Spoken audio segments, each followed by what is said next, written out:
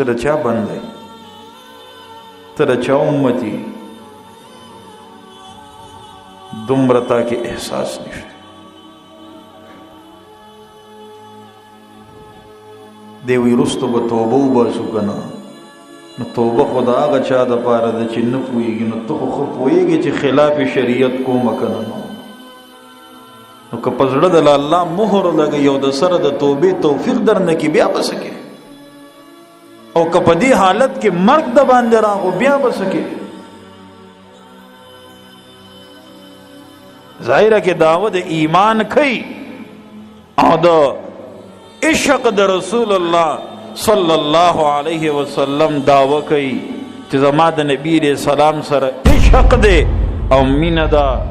او زه د هغه امتی ما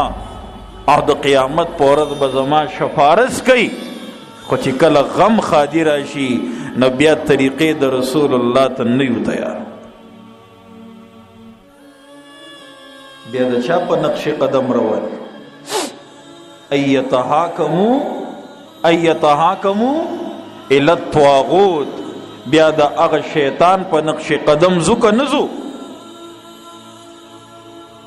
او بیا خلی له خبره راشي وی دل کے بعد زبان پہ ادخ زړه خبره په خوله راشي وی جی غمونه په جړا خخکاری او ودونه چې دی نو دا په ټنګ ټکور خخکاری سم ډیر د افسوس خبره ده چې وطن په دې جبه باندې کلمم وای او دې په دې جبه دعوه کوي چې زما مینه د رسول الله صلی الله علیه وسلم سره ده او زه به فیصله په قرآن و سنت باندې کوم خو چې کله بیا عملی میدان ته خبره راشي نو بیا د په دې ژبه باندې چې دې دعوا د کومو خبرو کوي نو بیا په دې ژبه نورې خبرې شروع شي وی جی ودونه په ټنګ ټکور خخکاری او غمونه په جړاګانو خخکاری نو زیم صاحب خبره دی ټیک د خود مسلمان نه د اندوانو ودونه په څه خخکاری په ټنګ ټکور خخکاری ځکه دا د هغوی په مذهب کې دی د مسلمان غم خادي دا به خخکاری په څه باندې په سنتو د رسول الله صلی الله علیه وسلم باندې اسی وی یا ایها الذین آمنوا ادخلوا فی السلم کافا اے مومنانو اسلام کی پورا رادن نشي او کله وی صبغت الله ومن احسن من الله صبغا رنگ شه په دین د الله کې ځان باندې د دین اسلام رنگ او جامه راوچ دعوه د ایمان کو دعوه د الله او د الله د پیغمبر سره د مینې او د محبت کو خو چې کله بیا خبره د عمل راشي نو بیا موږ د هندوانو د یهودو په نقش قدم رو دومره ډمبازې هندوان او عیسیان او یهودیان هم نه کوي په خپلو ودونو او خاندو کې څومره ډمبازې چې بیا موږ شروع کو او څومره تکلیف بیا موږ مسلمانانو له ورکو کله چې دغه غیر مذهب خلکو مونږ ته وکتل چې دوی د خپل اسلام په خپل قدر نه کوي د خپل جماعت په خپل قدر نه کوي نو مونږ یې څه قدر وکړو مونږ څه بې وارثه خو نه یو که نه چې زه غم د هندوانو په طریقه کوم